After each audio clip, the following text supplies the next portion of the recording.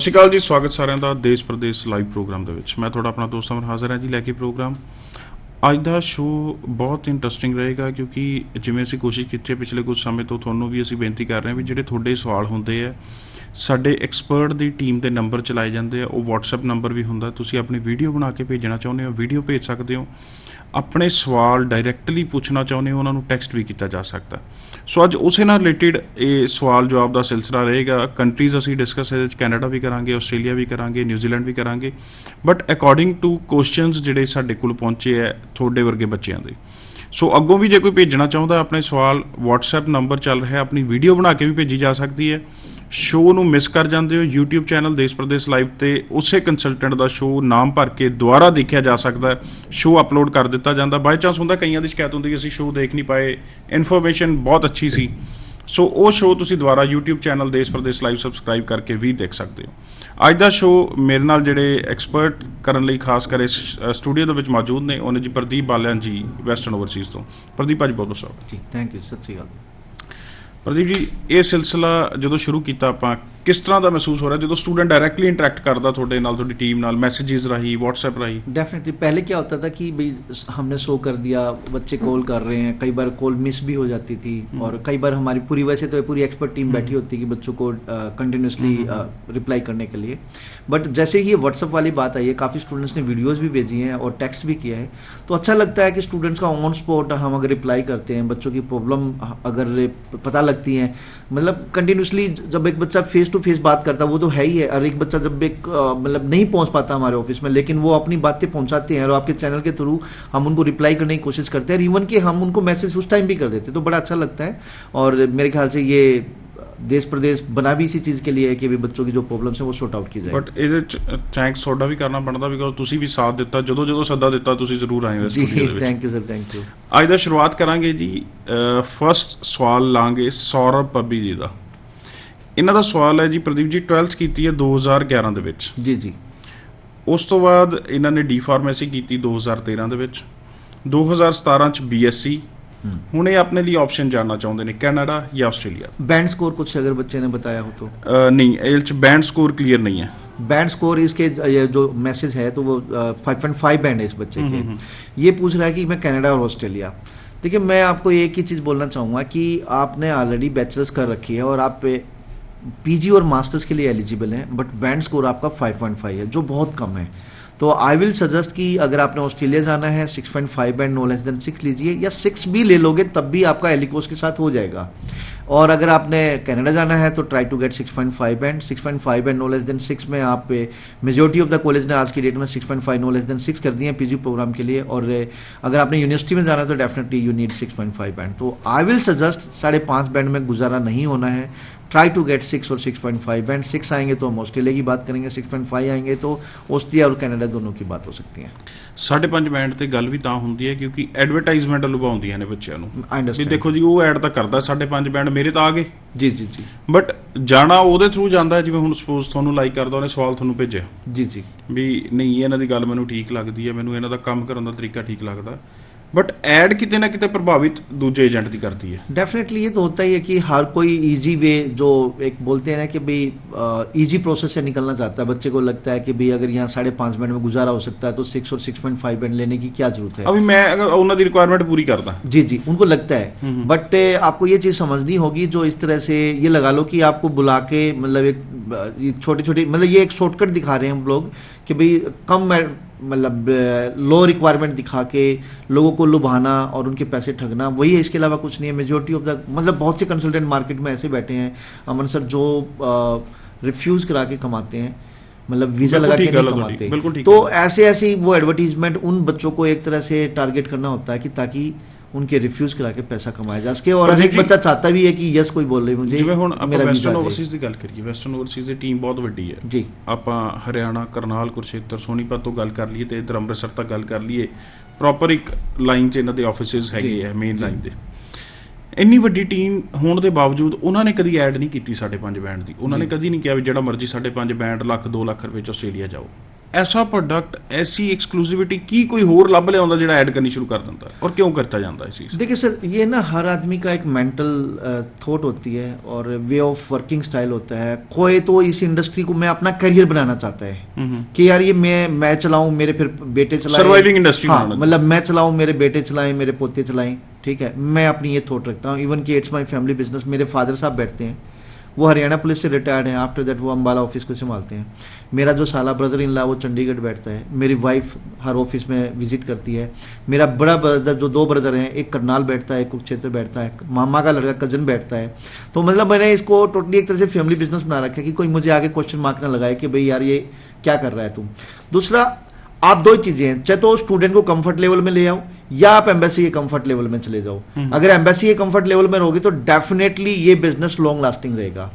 अब वो जो लाख रुपए में ऑस्ट्रेलिया चले जाओ या 5 बैंड पे चले जाओ, विदाउट आइल्स चले जाओ, उनके लिए बिजनेस नहीं है कि भाई वो ये आने वाले टाइम में इससे कुछ करना। वो कह रहे कि इकट्ठा करो, बाहर में जाए ये बिजनेस। मतलब किसी की रोजी रोटी चल रही है वो भी बंद कर दो, क्योंकि बंद हो जाती है। कनाडा बंद करवा दिया, पीछे ऑस्ट्रेलिया बंद करवा दिया, पीछे न्यूजीलैंड भी बंद करवा दिए, और भी कंट्रीज की इनके नंबर आते हैं। तो हर आदमी का अपना लेवल है सोचने का है। कोई इसको अपना करियर समझ के चलता है, कोई इसको मतलब सिर्फ पैसा कमाने का एक तरीका समझते हैं कि पैसे बटोरो, 100, 200, 500, 700 करोड़ इकट्ठे हो जाए, किसी और बिजनेस में इन्वेस्ट कर दो। बट आने वाले टाइम में वो ऐसे लोग उन बच्चों का करियर स्पॉइल कर देते हैं जो बच्चे आगे, जो आज 10th में पढ़ रहे हैं, 8th में पढ़ रहे हैं, 12th में पढ़ रहे हैं, ग्रेजुएशन कर रहे हैं। अब लिटरली मतलब बाद में उन्होंने अब्रॉड जाना है, क्योंकि ऐसे बंदों को देख के इमिग्रेशन टाइट हो जाती है। फिर वो बच्चे जो आज की डेट में 8th, 9th, 12th कर रहे हैं और उन्हें अब्रॉड जाना, तो कहीं ना कहीं उनके लिए एम्बेसी स्ट्रिक्ट हो जाती है। तो अगेन मैं यही बोलना चाहूंगा कि ये जो ऐसे बंदे हैं उनका ये बिजनेस नहीं है, उनको सिर्फ पैसे बटोरने हैं और किसी और इंडस्ट्री में निकल जाना है। आज यहाँ दुकान पे बैठे हैं, कल किसी और दुकान पे बैठे हैं। ਆਪਾਂ ਕੰਟਰੀਜ਼ ਦੀ ਗੱਲ ਕਰੀਏ, ਯੂਰਪੀਅਨ ਕੰਟਰੀਜ਼ ਦੇ ਵਿੱਚ ਐਜੂਕੇਸ਼ਨ ਨੂੰ ਬੜੇ ਇੱਜ਼ਤ ਦੇ ਨਜ਼ਰੀਏ ਨਾਲ ਦੇਖਿਆ ਜਾਂਦਾ। ਇੱਥੇ ਉਹਨੂੰ ਬਿਜ਼ਨਸ ਬਣਾ ਕੇ ਮੇਰੇ ਖਿਆਲ एजुकेशन कंसल्टेंट ਨੂੰ भी एजेंट बना दिता गया। डेफिनेटली इसमें मतलब एम्बेसी का कोई रोल नहीं है, स्टूडेंट्स का भी इतना वो नहीं है। बट ये जो लोग मार्केट में बैठे हैं, चाहे इंक्लूडिंग मैं भी, ठीक है, जो शॉर्टकट मारने की कोशिश कर रहे हैं कि जो शॉर्टकट इस इंडस्ट्री के जितने भी एजेंट्स हैं, कोई शॉर्टकट मारता है तब वो एजेंट वाली फीलिंग आ जाती है, कबूतरबाज वाली फीलिंग आ जाती है। ਸੋ ਦੇਖੋ, ਬਚਣਾ ਤੁਸੀਂ ਹੈ, ਉਹਦੇ ਲਈ ਤੁਹਾਡੀ ਆਪਣੀ ਜਿਹੜੀ ਅਵੇਅਰਨੈਸ ਹੈ ਉਹ ਕੰਮ ਆਉਂਦੀ ਹੈ। ਤੁਹਾਡੇ ਲਈ ਸੋਸ਼ਲ ਸਾਈਟਸ ਨੇ, ਅਵੇਲੇਬਲ ਨੇ, ਹਰ ਇੱਕ ਚੀਜ਼ ਅਵੇਲੇਬਲ ਹੈ। ਉੱਥੋਂ ਕ੍ਰਾਸ ਚੈੱਕ ਕੀਤਾ ਜਾ ਸਕਦਾ, ਪਾਸਟ ਕੀਤਾ ਕੰਮ ਦੇਖਿਆ ਜਾ ਸਕਦਾ, ਟੀਮ ਕਿੰਨੀ ਵੱਡੀ ਹੈ ਉਹ ਦੇਖਿਆ ਜਾ ਸਕਦਾ। ਸਿਰਫ ਉਹ ਚੀਜ਼ ਤਾਂ ਨਹੀਂ ਹੋ ਰਹੀ ਵੀ ਸਭ ਨਾਲੋਂ ਅਲੱਗ ਚੀਜ਼ ਕੱਢ ਕੇ ਕੋਈ ਲਿਆ ਰਿਹਾ ਹੈ, ਤੇ ਉਹਨੂੰ ਵੀ ਜ਼ਰੂਰ ਚੈੱਕ ਕਰੋ। ਸੋਸ਼ਲ ਸਾਈਟਸ ਤੇ rule and regulation embassy the sites ਤੋਂ ਜ਼ਰੂਰ ਹੁੰਦੀਆਂ ਨੇ। ਅਗਲਾ ਸਵਾਲ ਲਾਂਗੇ ਜੀ। ਕਰਨ ਹੈ +2 ਨॉन ਮੈਡੀਕਲ, ਇੰਗਲਿਸ਼ 95 ਜਾਂ ਬਾਕੀ ਆਪਾਂ ਸਬਜੈਕਟਸ ਦੀ ਗੱਲ ਕਰੀਏ ਬਹੁਤ ਵਧੀਆ ਨੇ, आइल्स 7 बैंड ने, मैथ्स ਦੇ ਵਿੱਚ ਨੰਬਰ ਘੱਟ ਨੇ 43%। और ये करण जो है अमृतसर से बिलोंग करते ਜੀ। ਇਹ ਚਾਹੁੰਦੇ ਨੇ ਕੈਨੇਡਾ ਯੂਨੀਵਰਸਿਟੀ ਦੇ ਵਿੱਚ ਜਾਣਾ। ਦੇਖੋ ਖੁਸ਼ੀ ਹੁੰਦੀ ਹੈ ਜਦੋਂ ਯੂਨੀਵਰਸਿਟੀ ਦੀ ਕੁਐਰੀ ਵੀ ਆਉਣੀ ਸ਼ੁਰੂ ਹੋਈਆਂ ਪੰਜਾਬ 'ਚ। ਜੀ। ਨਹੀਂ ਤਾਂ ਇਹੀ ਹੁੰਦਾ ਸੀ ਜੀ ਵੀਜ਼ਾ ਲੱਗ ਜਾਏਗਾ, ਕਾਲਜ ਭੇਜ ਦਿਓ, ਯੂਨੀਵਰਸਿਟੀ ਜਾਣਾ ਨਹੀਂ। ਸੋ ਬੜੀ ਚੰਗੀ ਗੱਲ ਹੈ ਵੀ ਯੂਨੀਵਰਸਿਟੀ ਦੇ ਵੀ ਸਵਾਲ ਆਉਂਦੇ ਨੇ। ਕੀ ਕਹਿਣਾ ਕਰਨ ਨੂੰ? डेफिनेटली आप जा सकते हो सर करण जी। आप अमृतसर से बिलोंग करते हैं, मेरा अमृतसर में ऑफिस है जो कि अपना अनेजा टावर है, रणजीत एवेन्यू B ब्लॉक में, SCO 8 है। आप यहाँ पे भी जाके पर्सनल काउंसलिंग ले सकते हैं। इसके अलावा आपने मैसेज भेजा, थैंक्स फॉर दैट। आपको हम चैनल पे लेके आए आपके मैसेज को। मैं आपको सिर्फ ये कहना चाहूँगा, आपके मैथ में 43 है। आपने ये बताना भूल गए कि आपकी 12th कब है। अगर 12th का मुझे पता लग जाए कि कब हुई है, अगर 2018 में पास आउट है, तो आई विल सजेस्ट कि इंप्रूवमेंट के साथ जरूर जाइए, क्योंकि 48% मार्क्स हैं, 43% मार्क्स हैं। इंप्रूवमेंट करोगे, क्योंकि इंप्रूवमेंट का एक ही बार चांस मिलेगा। अगर 2018 पास आउट है तब मैं आपको बोल रहा हूं, तो इंप्रूवमेंट का पेपर जरूर भर दीजिए, क्योंकि आपका वीजा आ जाएगा वो एक अलग बात है। अगर नहीं आया तो उसमें लो परसेंटेज लिखा हुआ आएगा, तो उसमें 43% मार्क्स है दोस्त, वो बड़ी प्रॉब्लम आएगी। हाँ, आपका वीजा लग सकता है। यूनिवर्सिटी में आपका जनवरी और मई इंटेक, जनवरी में पॉसिबिलिटीज बहुत कम यूनिवर्सिटीज में है, मई इंटेक मिलेगा, बट अगेन मई इंटेक बहुत छोटा होता है। सम सिलेक्टेड यूनिवर्सिटीज में ये कोर्स मिलेगा, बट अगेन मेरी आपसे एक ही रिक्वेस्ट है, 43% मार्क्स है। आप अपनी आइल्स में आपका बहुत अच्छा स्कोर है, it means you are the genuine one. आप ऐसा कोर्स लीजिए जिसमें मैथ की रिक्वायरमेंट कम हो, जनरल आर्ट एंड साइंस के कोर्स हैं, आईटी के कोर्सेज हैं, वेब डिजाइनिंग के कोर्सेज हैं, ठीक है। ऐसे कोर्सेज जिसमें मैथ की रिक्वायरमेंट कम है वो कोर्स लीजिए, आपको इनटेक मिल जाएगा। और एक यूनिवर्सिटी में अप्लाई नहीं करना, कम से कम 4-5 यूनिवर्सिटीज में अप्लाई करिए। मे बी एक यूनिवर्सिटी ने मना कर दिया, दूसरी दे दे, दूसरी ने मना कर दिया, तीसरी दे दे, तो यूनिवर्सिटीज में आप अप्लाई कर सकते हैं। बट अगेन मेरी यही आपसे रिक्वेस्ट है कि अभी सितंबर में सीबीएसई बोर्ड अगर आपका है तो सितंबर में आपकी क्या नाम है इंप्रूवमेंट के पेपर भरे जाने हैं, वो पेपर भर दोगे तो it will be more better. आपके दोनों हाथों में लड्डू होंगे, आपका वीजा लग गया, वेल एंड गुड। नहीं आया तो आप इंप्रूवमेंट के साथ दोबारा फाइल लगा सकते हैं, तब भी आपका वीजा लग जाएगा ਜੀ। ਸੋ ਯੂਨੀਵਰਸਿਟੀ 'ਚ ਤੁਸੀਂ ਐਡਮਿਸ਼ਨ ਲੈਣਾ ਚਾਹੁੰਦੇ ਹੋ, ਬਟ ਇੱਕ ਵਾਰੀ ਜਿਵੇਂ ਸਲਾਹ ਦਿੱਤੀ ਹੈ ਪ੍ਰਦੀਪ ਜੀ ਨੇ, ਉਹ 'ਤੇ ਵੀ ਅਮਲ ਜ਼ਰੂਰ ਕਰਿਓ। ਇਹਨਾਂ ਨੂੰ ਮਿਲਣਾ ਚਾਹੁੰਦੇ ਹੋ, ਨੰਬਰ ਚੱਲ ਰਹੇ ਨੇ, ਕਾਲ ਕਰਕੇ ਅਪਾਇੰਟਮੈਂਟ ਲੈ ਕੇ ਮਿਲਿਆ ਵੀ ਜਾ ਸਕਦਾ। ਵਿਜ਼ਿਟਸ ਕਿਹੜੇ ਕਿਹੜੇ ਆਫਿਸ ਕਦੋਂ ਕਦੋਂ ਹੁੰਦੀਆਂ? देखिए सर, मैं मोस्टली स्टूडेंट्स की डिमांड पे ज़्यादा होता हूँ। वैसे जैसे मेरा चंडीगढ़ की ऑफिस की बात करूँ तो मैं मंडे यहाँ हूँ, सैटरडे यहाँ पे हूँ, और इसके अलावा करनाल में, अम्बाला में ट्यूसडे को बैठता हूँ, वेडनेसडे में करनाल बैठता हूँ। अगर मैं अमृतसर और जलंधर की बात करूँ तो मैं फ्राइडे और थर्सडे के दिन होता हूँ। बट कई बार ऐसा होता है कि जैसे आपको पता है कि मेरा एक्सीडेंट हुआ था, तो कई बार हेल्थ इश्यूज ऐसे होते हैं कि मैं नहीं विजिट कर पाता। बट जो भी बच्चे ऑफिस विजिट करते हैं, मेरे से मिलना चाहते हैं, मैं जिस भी ऑफिस में होऊंगा मैं मिल सकता हूं, क्योंकि मैं उसी टाइम स्काइप सेशन बच्चे के साथ कर लेता हूं। यूट्यूब पे मतलब अपने स्काइप सेशन इस पे हो जाता है, और दूसरा क्या नाम आपका व्हाट्सअप पे भी वीडियो कॉल हो सकती है, उसके नाम है फेसबुक पे भी वीडियो कॉल कर लेता हूँ। 2 तो ये चीज़ें पॉसिबल है, अदरवाइज आई विल ट्राई कि मैं पहले अनाउंस करके हर ऑफिस में पहुंचता हूँ। और लोग बड़े आते हैं, तकरीबन एक दिन में 100 बच्चा मिलने आता है। ਸਰ ਇਹ ਵੀ ਸਵਾਲ ਸਾਡੇ ਤੱਕ ਪਹੁੰਚਦਾ, ਤਾਂ ਹੀ ਪੁੱਛਿਆ ਵੀ ਕਦੋਂ ਕਿੱਥੇ ਅਵੇਲੇਬਲ ਹੁੰਦੇ ਹੋ। तो अभी तो मैंने जो बताया यही है, लेकिन फ्यूचर में फिर अगेन मेरा फिक्स प्लान होगा। आपको पता है कि एक्सीडेंट के कारण थोड़ा सा मैं मतलब हेल्थ इश्यूज थोड़ी सी प्रॉब्लम नहीं ਜ਼ਰੂਰ ਮੈਂ ਚਾਹੂੰਗਾ ਜੇ ਮਿਲਣਾ ਚਾਹੁੰਦੇ ਹੋ ਅਪਾਇੰਟਮੈਂਟ ਲੈ ਕੇ ਮਿਲਿਓ। ਜੇ ਚੰਡੀਗੜ੍ਹ ਵੀ ਆਉਣਾ ਪੈਂਦਾ, ਮੇਰੇ ਖਿਆਲ ਦੂਰ ਨਹੀਂ ਹੈ ਚੰਡੀਗੜ੍ਹ, ਕਿਉਂਕਿ ਜੇ ਆਪਾਂ ਕੈਨੇਡਾ ਜਾਣਾ, ਆਸਟ੍ਰੇਲੀਆ ਜਾਣਾ, एवरी मंडे यहाँ चंडीगढ़ ऑफिस में होता हूँ। You can come here, no worry. अच्छा एक चीज़, कई बारी कनाडा नेड़े लगता, चंडीगढ़ दूर लगता भी, कनाडा तो जाना जी, चंडीगढ़ दूर है। ये प्रॉब्लम होती है, ये प्रॉब्लम होती है। इवन के यहाँ भी प्रॉब्लम है, बच्चे के आइज में 5.5 बैंड आ रहे हैं बार बार अटेम्प्ट करने के बाद। तो मैं बोलता हूँ सर आप है ना इसको चंडीगढ़ भेज दो मेरे पास, और क्या नाम है मैं इसको पीजी दिला दूंगा, मेरी बेटी समान है, कोई दिक्कत नहीं है, ठीक है। और गर्ल्स जो रह रही है उनके साथ हो जाए। नहीं जी वो तो दूर पड़ेगा। अरे मेरा कनाडा कैसे भेजोगे जब आप चंडीगढ़ नहीं भेज सकते एक बच्चे को पढ़ने के लिए, तो Canada how is it possible. तो ये चीज़ां भी चलो मैटर करदियां, बट गल है जिथे अपॉर्चुनिटी वधिया मिले जरूर जाना चाहिए, बिकॉज तुहाडे फ्यूचर का सवाल है, रिसर्च बनती भी है थोड़ी करनी और चाहिए है। अगला सवाल है जी, नाम मेरे ख्याल मैं मिस कर गया मैसेज चो, या लिखिया नहीं नाम बच्चे ने दिया नहीं। 12th 2016 ਦੇ ਵਿੱਚ ਹੈ। 70% नंबर ने जी नॉन मैडिकल ਦੇ ਵਿੱਚ, ਉਸ ਤੋਂ ਬਾਅਦ 60% ਅਬਵ ਨੇ ਕੈਮਿਸਟਰੀ ਤੇ ਫਿਜ਼ਿਕਸ ਜੋ ਜੇ ਆਪਾਂ ਲਾ ਲਈਏ, ਬਟ ਮੈਥ ਚੋਂ ਫਿਰ ਇਹਦੇ ਵੀ ਨੰਬਰ 49% ਇਹਦੇ ਨੰਬਰ ਘੱਟ ਨੇ ਬਿਲਕੁਲ। ਬੀਐਸਸੀ ਐਡਮਿਸ਼ਨ ਫਸਟ ਈਅਰ ਲਈ ਡ੍ਰੌਪ ਕਰਤਾ, ਪ੍ਰੋਪਰ ਬੀਐਸਸੀ ਵੀ ਪੂਰੀ ਨਹੀਂ ਕੀਤੀ। ਹੁਣ ਚਾਹੁੰਦੇ ਨੇ ਵੀ ਜਨਰਲ ਆਰट्स एंड साइंस रिलेटेड है या नहीं है, जो ਉਹਦੇ ਚ एडमिशन लेना चाहो। डेफिनेटली देखिए आपने लिखा 6 बैंड आपके हैं, बट आपने ये नहीं बताया 6 ईच है या 6 नो लेस देन 5.5 है। आपने बोला जनरल आर्ट एंड साइंस ये कोर्स आपको शूट करता है नहीं करता है, डेफिनेटली आपको शूट करता है। इसके अलावा और भी कोर्सेज हैं। यहाँ थोड़ी सी प्रॉब्लम ये है कि आपने 2016 में पास आउट है, उसके बाद आपने बीएससी फर्स्ट ईयर में एडमिशन लिया और उसके बाद छोड़ दिया। तो 2016 अब अगर आपने बीएससी फर्स्ट ईयर किया, 2 बातें, ये पॉजिटिव भी है नेगेटिव भी है। पॉजिटिव इसलिए कि आपने 1 ईयर कोर्स किया और उसके बाद आपने यहाँ एक अच्छी सी एसओपी स्टेटमेंट और पर्पज लगाओगे तो आपका वीजा निकल सकता है कि जी मैंने 2016 में 12th की, मैथ में 49 है, ये आपकी गलती है, 49 को इंप्रूव करना चाहिए था, बट अब आपके पास टाइम नहीं है। उसके बाद आपने बीएससी फर्स्ट ईयर में एडमिशन लिया, अगर ये आपने कंप्लीट की है तो एसओपी में लिखिए कि मैंने बीएससी कंप्लीट की।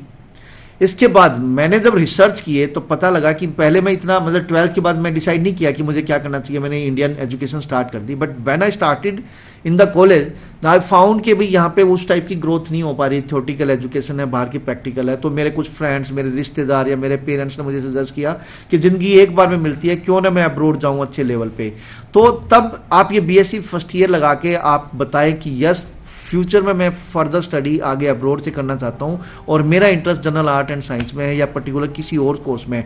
ये सारी एसओपी में लिख के अगर आप एम्बेसी में लगाते हैं तो definitely there is the huge chances for getting the visa. But negative point again ये है, वीजा ऑफिसर ये भी सोच सकता है कि जब यहाँ अगर एजुकेशन डिसकंटिन्यू कर सकते हो तो आगे पढ़ोगे या नहीं पढ़ोगे, स्टूडेंट अच्छे ही नहीं रहा तो बाहर जाके तो यहाँ सारे पैरामीटर्स देखे जाएंगे। आपकी वीजा ऑफिसर आपको पैरामीटर्स देखेगा कि आपकी एजुकेशन क्या है, गैप एक्टिविटी में आपने क्या किया है, ये गैप में आपने फर्स्ट ईयर जरूर लगा दीजिए। इसके अलावा कोई फालतू का फेक डिप्लोमा मत लगाइए, बीएससी फर्स्ट ईयर आपने कंप्लीट की है वो लगाइए, अगर फेल है तो प्रॉब्लम है। दूसरा, आप क्या नाम है, आपके पेरेंट्स की ऑक्यूपेशंस क्या है, उनकी एनुअल इनकम क्या है, आपके रिसर्च क्या है, ये सारे के सारे फैक्टर्स कहीं ना कहीं आपके वीज़ा देने के लिए चांसेस बहुत हाई कर देंगे, बशर्ते कि आप रिसर्च करके फाइल लगाइए। मैं ਇਹ ਨੰਬਰ ਵੀ ਦੇਖ ਰਹੇ ਸੀ ਇਹਨਾਂ ਦੇ ਵੀ, ਪਹਿਲੇ ਕਰਨ ਦੇ ਵੀ, ਬਾਕੀ ਸਬਜੈਕਟ ਬਹੁਤ ਵਧੀਆ ਪਰਫਾਰਮੈਂਸ, ਮੈਥ ਘੱਟ ਹੈ। ਹੁਣ ਮੈਥਸ ਜਾਂ ਤਾਂ ਇੰਟਰਸਟ ਨਹੀਂ ਹੈ ਜਾਂ मतलब ਸਾਡੇ ਬੱਚੇ ਡਰਦੇ ਹਨ। मैं तो आप बहुत डरता ਸੀ जी अपनी गल करिए मैथ तो। मैं ना सर आपको एक है ना मनजीत सिंह स्टूडेंट है, दिल्ली से मेरे से मिलने आया था, मैं उसकी स्टोरी आपको बताना चाहूँगा। मैथ में ये 2015 पास आउट है और 58% मार्क्स हैं, और एक नहीं कई स्टूडेंट ऐसे आए हैं, पेरेंट्स इतना प्रेशर डाल देते हैं कि एडिशनल सब्जेक्ट ले ले भाई मैथ, एडिशनल सब्जेक्ट ले ले मैथ। इसने एडिशनल सब्जेक्ट को, इसको इकोनॉमिक्स थी, इसके पास बिजनेस था, अकाउंट्स था, कॉमर्स में ये सब्जेक्ट 3 है, एनफ है, प्लस में इंग्लिश है, सफिशिएंट। मैथ का पंगा क्यों लिया भाई? मैथ में पंगा लेके 33 नंबर लिए। मैंने पूछा भाई what you did, why you did? बोले दादा ने प्रेशर डाल दिया। दादा बोलते हैं कि नहीं करना है। तो मैंने पूछा दादाजी आपने ऐसा क्यों किया? तो बोलते नहीं, मेरे जो टीचर स्कूल का टीचर है उसने बोला कि एडिशनल सब्जेक्ट्स है, कल अगर आप आगे फर्दर एडमिशन लोगे तो फायदा होगा। अरे भैया फायदा तब होगा जब मैथ में 33 की बजाय 73 हो, 65 हो, 60 हो। 33 नंबर वीजा ऑफिसर सबसे पहले यही सोचेगा कि ये तो बहुत कमजोर बच्चा है, इवन दूसरी परसेंटेज अच्छी हो। तो प्लीज कीप इन माइंड, कोई एडिशनल सब्जेक्ट आप इस तरीके से लेते हैं तो उस पर हार्डवर्क करने की जरूरत है। माइंड में ये सेट मत करिए एडिशनल सब्जेक्ट है, मैं पास हो गया तो सब कुछ चलेगा, लेकिन मैथ में कम रह गया तो कोई बात नहीं। लेकिन जो भी सब्जेक्ट रखना भी है अकॉर्डिंग टू इंटरेस्ट रखा जा जी जी जी भी, जे तो इंटरेस्ट है मैथ ਦੇ ਵਿੱਚ ਫਿਰ ਤਾਂ ਰੱਖਿਆ ਜਾਵੇ, नहीं तो मेरे ख्याल लोड नहीं है ਉਹਦੇ 'ਚ। फिर सर ऐसा फैमिली डालती है, मैथ एडिशनल ले लिया, उसमें परसेंटेज ठीक नहीं आई, वीजा ऑफिसर तो हिसाब से सोचेगा ना कि औरों में अच्छे परसेंट है लेकिन मैथ में 33 है, भैया ऐसा तो बच्चा वीक है। अच्छा, कईयां ਦੇ ਮਨ ਦੇ ਵਿੱਚ ਇਹ ਸ਼ਾਇਦ ਜੇ मैथ ना रखा तो कनाडा जा ही नहीं सकते। सेकंड एक और बताता हूँ मैं आपको, एक स्टूडेंट आता है मेरे कोई दूर का, मतलब मेरे रिलेटिव है, उसका कोई फ्रेंड का बेटा, मतलब भांजा मेरे पास आता है। 12th बहुत अच्छी परसेंटेज, बहुत बढ़िया परसेंटेज, और सबसे बड़ी प्रॉब्लम ये है कि 12th में परसेंट, ये इंडिया में मेंटेलिटी है, 12th परसेंटेज अच्छी थी तो उसके बाद उन्होंने सीए स्टार्ट कर दी। सबको पता है सीए का रिजल्ट 4% रहता है, 4%, बार बार बच्चा फेल होता रहेगा, बार बार फेल होता रहेगा, बार बार फेल होता रहेगा। साइमल्टेनियसली वो स्टार्ट कर देता बीकॉम। बीकॉम में डू यू बिलीव कितनी परसेंट आई? 43% मार्क्स। 12th के बाद 4 साल में उसने वो बीकॉम करी और इधर से सीए में फेल। अब सीए में फेल तो आगे फर्दर कुछ हो नहीं सकता। अगर हम बीकॉम लगाते हैं तो 43% मार्क्स हैं। तो ऐसे स्टूडेंट्स को मैं हमेशा एडवाइस करूंगा जो सीएस और सीए कर रहे हैं, वो प्लीज इस तरह का मतलब बचकानी हरकत ना करें। अगर आप कोई भी काम कर रहे हैं तो उसकी पूरी परफेक्शन के साथ करें। आप सीएस कर रहे हैं, वेल एंड गुड, अच्छी बात है, बहुत अच्छी वैल्यू है इसकी, इन सब्जेक्ट की, इस कोर्सेज की अगर कंप्लीट कर लेते हो तो।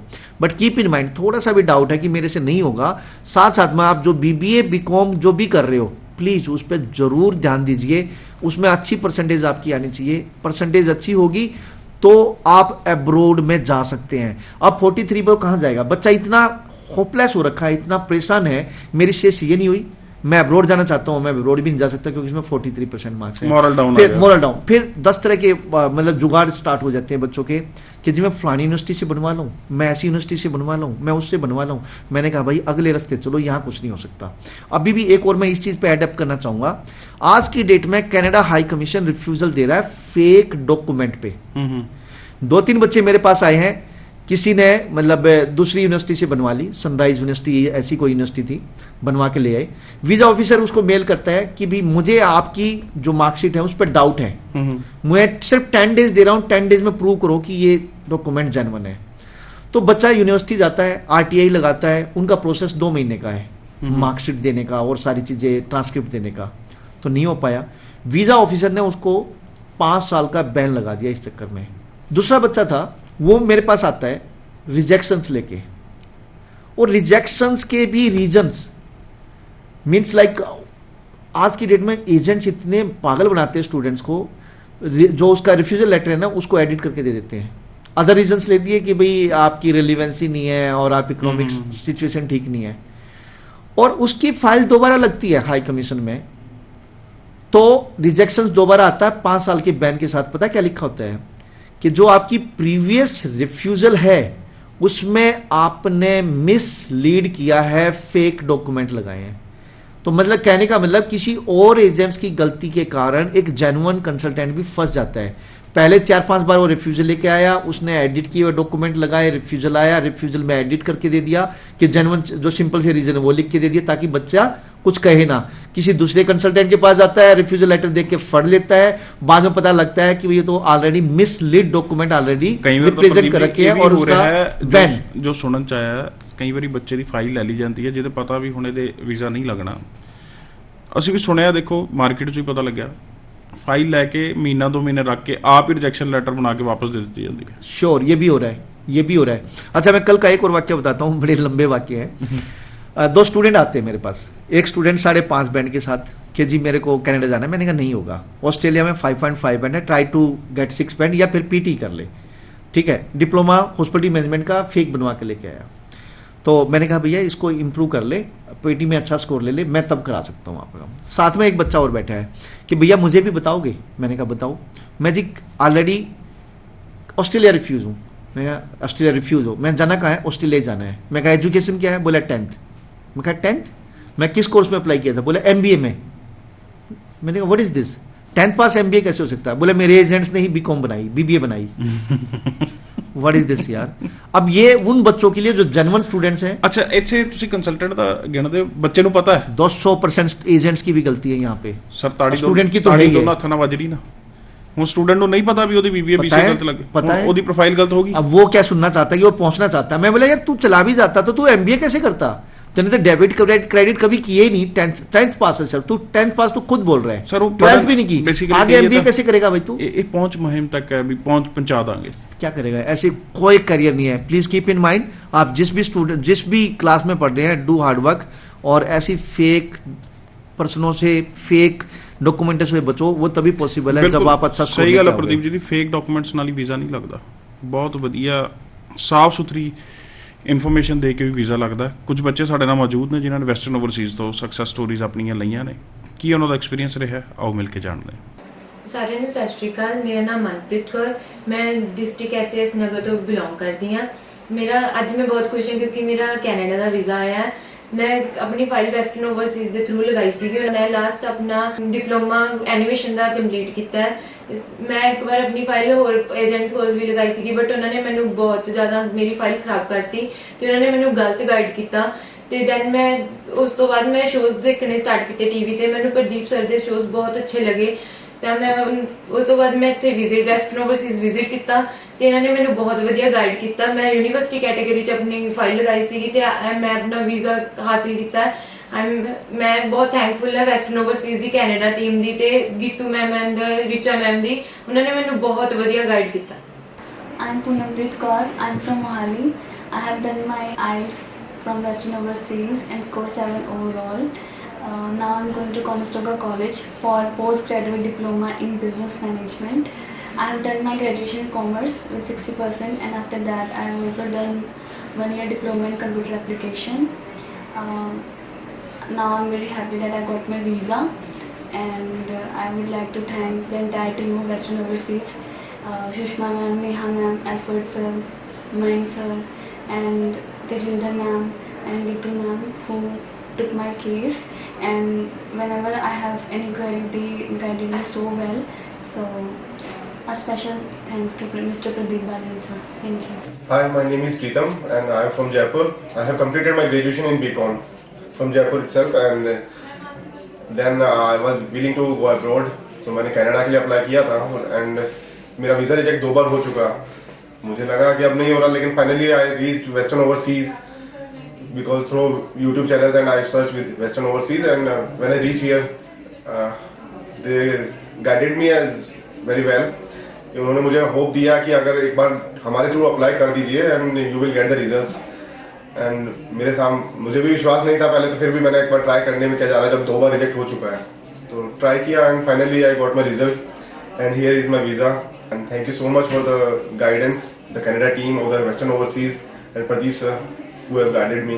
मैं विक्रम बिश्नोई, मेरे ओवरऑल 6 बैंड थे, नॉट लेस देन 5.5 बैंड और मैंने वेस्टर्न ओवरसीज विजिट किया और मेरा 7 वर्किंग डे के अंदर यहाँ पे वीज़ा आ गया।